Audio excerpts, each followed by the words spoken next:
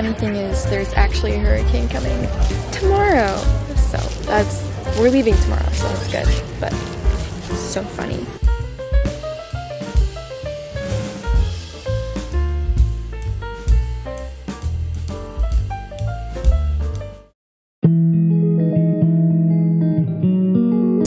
It is 7:49. You guys have been with me all day. I know I didn't talk to you guys a whole lot. We were super busy today. We were seriously never home. We had a lot of fun. Went to the beach and we stayed there till about 2. Went out to dinner, went to the pier, got ice cream. Now we're back here. We're just kind of unwinding. That way we can gather ourselves and gather our things.